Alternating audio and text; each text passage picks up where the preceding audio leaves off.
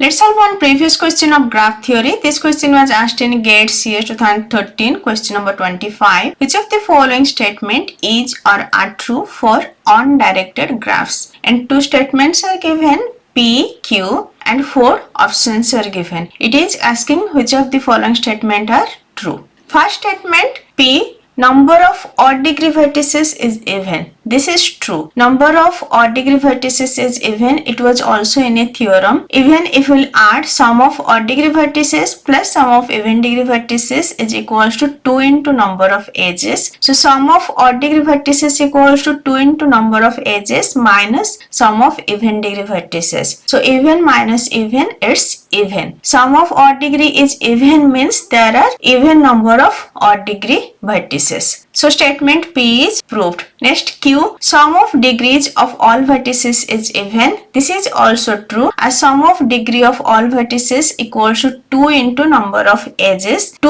multiplied by number of edges, it's even. So sum of degree of all vertices is also even. So we found both P and Q are true. That's your answer will be option C. This is easy question. Both the statements are directly from the graph theory lecture. Just go through the lecture, and if this lecture is helpful for you, please like, share and subscribe. Thank you.